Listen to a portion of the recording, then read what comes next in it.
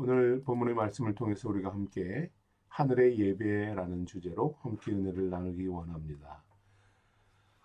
요한계시록에서 가장 흥미로운 부분이 여러분은 무엇인가요? 계시록은 여러분 알듯이 종말의 징조와 사건, 주님의 재림과 심판과 재앙에 대한 그리고 마지막 전쟁 등 다양한 사건들에 대한 모습을 우리에게 소개해주고 있습니다. 그래서 계시록을 보는 사람들의 관점에 따라서 종말의 사건을 보는 관점이 달라지고 해석이 달라진다고 했습니다. 처음에 말씀드렸듯이 제가 계시록을 바라보는 관점은 마지막 시대에 하나님을 믿는 자들에게 부어주시는 축복에 관한 말씀이라고 했습니다. 심판의 현장에서도 재앙으로 인류가 고통을 당할 때에도 그리고 하나님은 믿는 자들에게 축복을 말씀하시고요. 사랑하시고 은혜 베푸시고 구원하시는 섭리를 언약하는 말씀이 바로 계시록입니다. 이제 하나님의 심판과 재앙을 말씀하시기 전에 하나님은 복된 성도들에게 놀라운 은혜를 하늘의 은혜를 주십니다. 그리고 감동과 영광을 깨닫게 하시지요.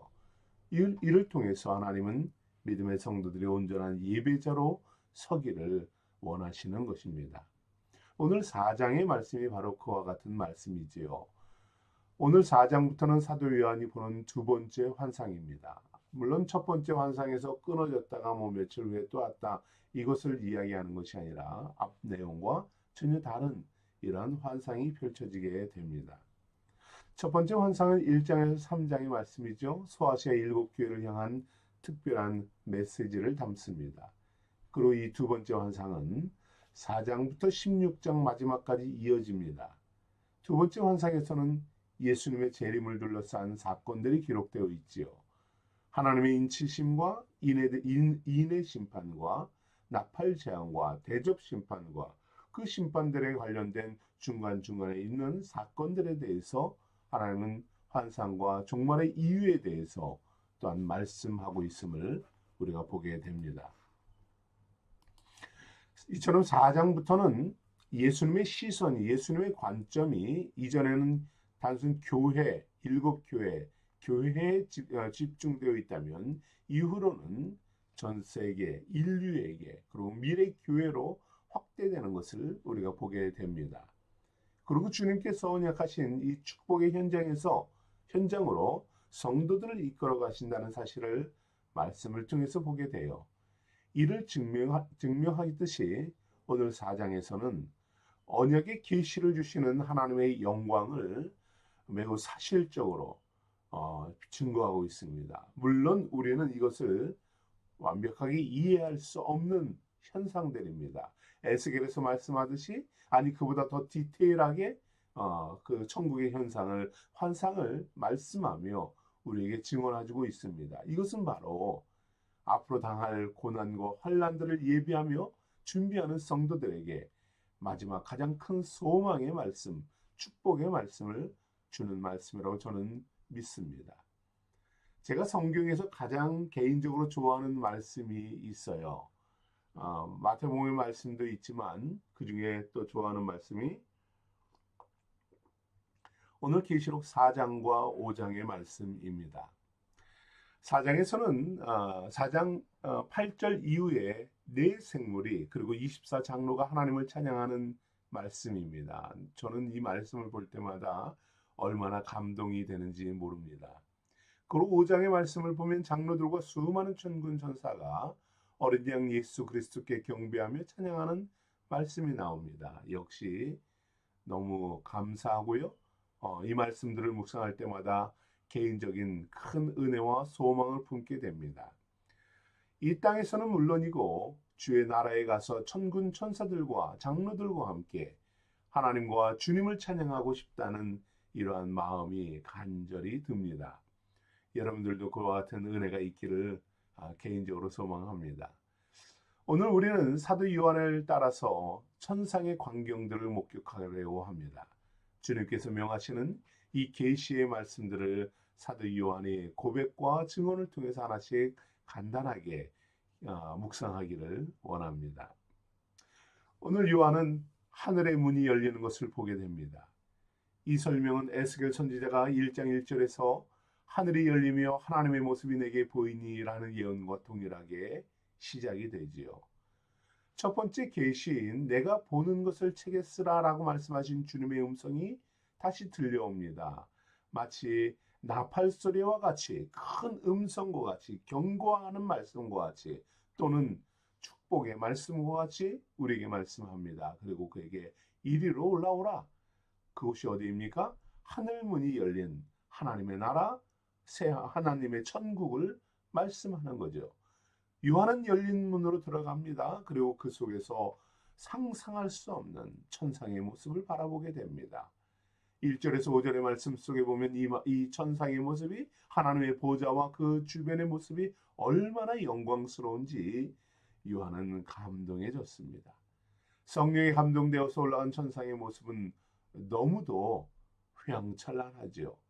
세상에서는 한 번도 볼 수 없었던 모습이고요.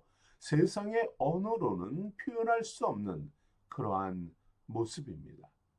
처음 눈에 보이는 것은 하나님의 보좌입니다. 보좌 위에 앉으신 하나님의 형상이죠.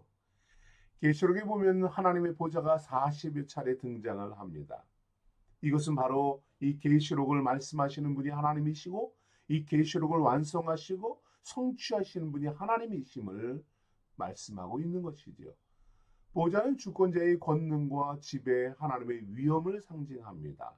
하나님이 다스리시는 이 놀라운 역사들을 상징하지요. 주님은 3장 21절에서 이렇게 말씀하죠. 우리에게 이기는 자에게는 내 보좌에 함께 앉게 하여 주겠다라고 약속합니다. 이 계시록의 마지막까지 이기는 자, 믿음으로 승리해 이기는 자, 하나님의 나라에 요한과 같이 올라오는 자, 승리자에게는 내 보좌, 하나님의 보좌, 예수 그리스도의 그 보좌에 앉게 하여 주겠다. 천하만국을 다스리는 권세를 함께 누리게 해주겠다라고 약속하시는 말씀입니다. 여러분, 하나님의 보좌를 바라보며 그 보좌에 앉는 믿음의 성도들, 그리고 또 이 앞으로 말씀하는 이 24장로들의 이 모습을 여러분 묵상해 보십시오.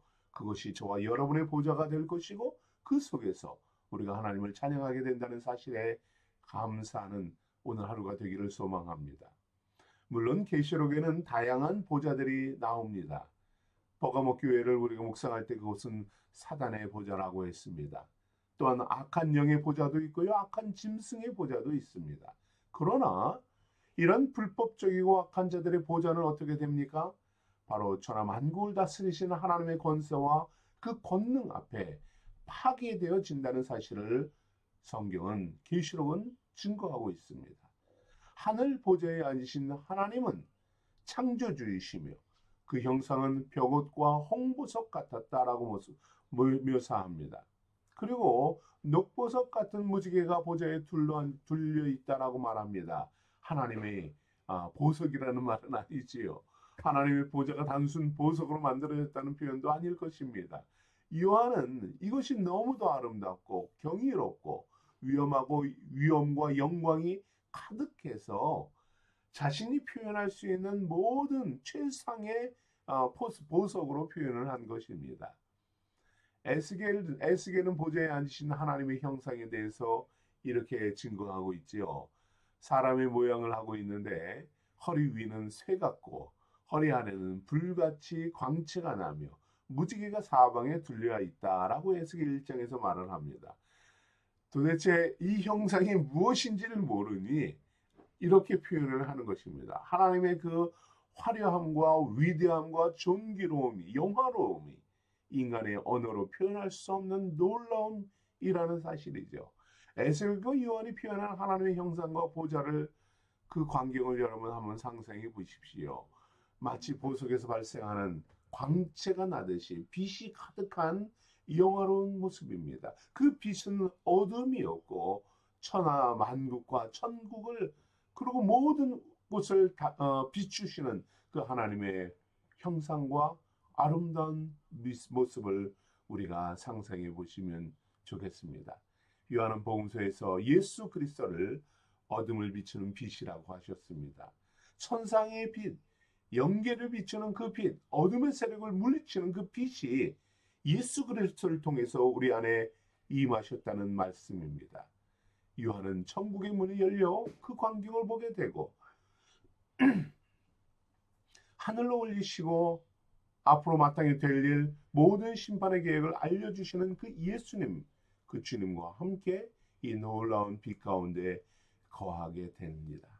그리고 주님을 찬양하는 이 놀라운 역사를 보게 되지요. 여러분, 얼마나 놀라운 말씀입니까? 오늘날 우리는 천상에서 들은 말씀을 요한을 통해서 듣게 됩니다. 비록 우리가 요한과 같이 똑같이 올림받고 깨닫는 말씀은 아니라 할지라도 하나님의 주권과 그 뜻을 우리가 오늘 말씀을 통해서 깨닫게 됩니다. 요한이 깨달은 말씀 우리가 깨닫게 되고 요한이 들은 말씀 우리가 오늘 귀로 듣는 것입니다. 요한에게 주신 하나님의 말씀이 바로 저와 여러분에게 주신 말씀임을 믿습니다. 여러분도 요한처럼 말씀을 묵상할 때에 하늘의 문이 열리고 신령한 하나님의 보좌를 보며 하늘의 신령한 음성을 듣는 성도가 되기를 축복합니다. 주님의 음성은 하늘의 비밀을 깨닫는 자만이 들을 수 있다는 사실을 여러분 기억하십시오. 장래의 일을 말씀하시는, 그리고 그것을 위해서 나팔 소리 같은 음성으로 경고하시는, 그리고 돌이키게 하시고 승리를 선포하시는 이 말씀을 뜨겁게 사모하고, 그리고 주님과 함께 우리에게 예비된 이 하나님의 나라에서 하나님을 경배하는 이 복된 성도들의 삶을 소망하는 저 여러분 되기를 소망합니다. 오늘 6절에서 또한 11절 말씀 속에서는 이와 같은 놀라운 주님을, 이와 같은 놀라운 하나님을 경배하는 자들의 모습을 보게 됩니다.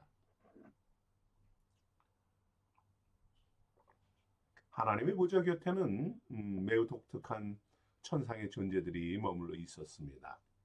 4절의 말씀을 보면 24장로가 있다. 보좌 24장로들이 등장을 합니다. 이들이 누구인지는 사실 명확하지는 않아요. 그런데 한 가지 흥미로운 것은 하나님의 형상과 보좌를 묘사했던 에스겔에는 24장로가 등장하지 않습니다. 참 흥미롭지요? 왜 그런지는 이유는 알 수 없지만 아마도 24장로는 예수 그리스도가 이 십자가의 대속의 구속을 완성하신 이후에 등장하는 이러한 존재들이 아닐까 하는 생각을 합니다. 여러 가지 해석들이 있습니다. 구약과 신약의 이런 통합된 이러한 구속받은 자들, 이러한 이야기도 있고요. 그리고 12지파와 12 사도들을 이야기한다. 이러한 말들도 할 수 있지만 명확히 무엇인지는 알 수 없습니다. 그러나 계시록에서는 24장로가 새로 등장을 합니다. 이들은 모두 흰 옷을 입고요. 그리고 머리에는 금 면류관을 쓰고 있습니다. 금 면류관은 하늘에서 예수님 위에 장로들이 쓰는 유일한 면류관이지요. 이 면류관은 피조물에게 주신 하나님의 위엄과 능력을 암시하는 말씀입니다. 그런데 4장 마지막 부분을 보면 보좌에 앉으신 하나님께 이 24장로들이 자신이 쓴 금 면류관을 돌려드리며 하나님을 찬양하고 경배하는 이 모습이 나옵니다. 얼마나 하나님의 영광과 영화로움과 감사가 은혜가 넘치는지, 이 모든 면류관은 나의 것이 아니라 하나님의 것입니다. 하나님께 찬양하며 경배하는 것이지요. 또한 무엇보다 특이한 형상을 하고 있는 네 동물이 소개되고 있습니다. 이 네 동물은 앞뒤에 눈이 가득하고 생김새는 사자와 송아지, 사람의 얼굴을 하고 독수리같이 생겼다라고 말합니다. 그리고 각각 6개의 날개를 가지고 있습니다. 이 네 동물 또한 에스겔과 약간은 다릅니다. 오히려 조금 더 발전된 모습의 형상을 계시록에서는 하고 있어요. 이런 모습은 이사야와 에스겔 1장에서 그리고 이사야 6장에서 6날개를 가진 네 생물들과 비슷합니다. 수없이 많은 눈을 가진 짐승들로 표현되고 있죠. 상상하기 힘든 모습들이죠. 그러나 이들은 하나님의 보좌를 지키는 자들로 계시록 6장에 인의 심판을 할 때에 점 4개의 인을 떼는 역할을 담당합니다. 바로 이들을 통해서 심판의 시작을 선포하게 되죠. 그러면 하나님은 요한에게 수많은 눈을 가지고 심판을 처음 열어버린 짐승들을 보이신 이유가 무엇일까요? 하나님의 눈앞에 세상은 어떤 것도 숨길 수 없다는 사실을 말씀하고 있는 것입니다. 세상과 성도들을 살피고 다스리시고 관찰하시고 그리고 지배하시는 이 하나님을 말씀하고 있는 것이죠.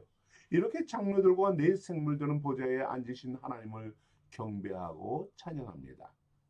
여러분은 하나님의 보좌와 곁에서 경배하는 24 장로들이 여러분 상상이 되나요?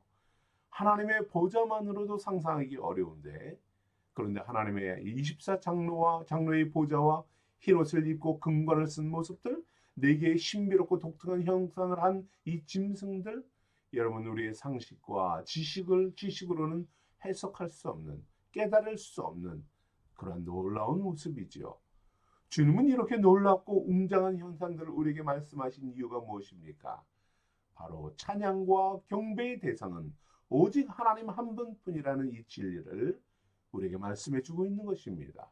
또한 계시록의 모든 심판과 모든 이러한 재앙들과 마지막 주님의 재림 그리고 하나님의 나라 새 하늘과 새 땅을 우리에게 말씀하시는 분은 바로 이 하나님, 그것을 다스리시는 분은 이 영광 받으시는 하나님, 그리고 우리에게 영원한 생명과 소망을 주시는 분은 하나님이라는 사실을 우리에게 약속하고 있는 것입니다. 여러분 이 말씀을 듣고 오늘 말씀을 묵상하시길 바랍니다. 이 말씀을 깊이 깨닫고 나의 삶 속에 고난과 고통과 많은 부분들이 있을지라도 나를 지키시고 인도하시고 사랑하시며 보호하시는 분, 나의 영혼까지도 이끄시는 분은 우리 하나님이라는 사실, 이와 같은 위대하신 하나님이라는 사실을 믿고 나아가시기 바랍니다. 그리고 오늘 24 장로들과 그리고 네 생물이 하나님을 경배하는 음성이 저와 여러분의 음성이 되기를 원합니다. 오늘 8절의 말씀을 보면 이렇게 고백을 하죠. 거룩하다 거룩하다 거룩하다 주 하나님 곧 전능하신 이여 전에도 계셨고 이제도 계시고 장차 오실 이시라. 내 생물이 밤낮 쉬지 않고 외치는 하나님의 거룩하심과 영광과 위엄을 찬양하는 성도들 되기를 원합니다. 또한 24 장로들은 자신의 머리에 쓰여진 황금 면류관을 주께 돌려드리며 11절에 같은 찬양으로 주님께 영광을 돌립니다. 주를 영광과 존귀와 권능을 찬양하는 성도들이 되기를 소망합니다. 주님의 내 짐승과 장로들의 찬양과 경배가 우리의 삶 속에 고백되어지고요. 드러나게 하는 삶을 살기를 소망합니다. 장로들과 같이 주님께로부터 받은 면류관을 하나님 앞에 내려놓는 삶입니다. 오직 하나님만이 거룩하다 거룩하다 거룩하다 경배하는 찬양하는 삶입니다. 우리의 거룩한 사명이고요. 이것이 우리에게 주어진 하나님의 특권임을 믿으시기 바랍니다. 사실 이렇게 하나님을 찬양하며 그 앞에 영광을 바라보며 삶을 살아가는 것, 그것이 저와 여러분의 모든 소망임을 믿습니다. 특권임을 알고요. 찬양하며 나아가죠. 그러나 때로는 어떻습니까? 삶에 지치고 힘들어서 찬양과 경배가 게을러질 때가 있지요. 영광을 바라보며 예배하는 것이 힘들어질 때가 솔직히 있습니다. 여러분 이 새벽에도 일어나서 기도하고 예배하는 것이 얼마나 힘듭니까? 저도 자명 소리를 오늘 새벽에 듣고 오늘 월요일인데 왜 자명종이 울리지? 하고선 또 잘 뻔했어요. 근데 깜빡하고 오늘 월요일이 아니지 하고 벌떡 일어났습니다. 얼마나 힘듭니까? 그러나 하나님의 위대하심과 사랑이 말로 형언할 수 없는 은혜임을 깨닫습니다. 우리에게 이처럼 놀라운 은혜를 베푸시고 영원한 보좌와 영원한 삶을 주시는 이 하나님을 안다면 우리는 기도를 멈출 수 없습니다. 우리는 예배를 중단할 수 없고요. 우리는 마냥 눌러앉아 있을 수 없는 것이지요. 하나님께서 받으셔야 할 영광과 찬양과 감사를 온전히 올려드리는 것이 오늘 우리가 마땅히 감당해야 할 사명입니다. 그 하나님을 찬양하며 그 거룩하신 하나님 앞에 우리가 감사하며 우리의 면류관을 돌려드리는 것, 이것이 저와 여러분이 해야 할 마땅한 사명임을 믿습니다.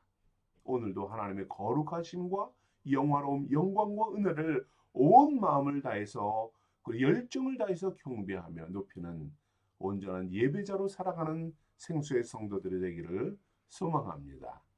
우리 함께 기도하겠습니다.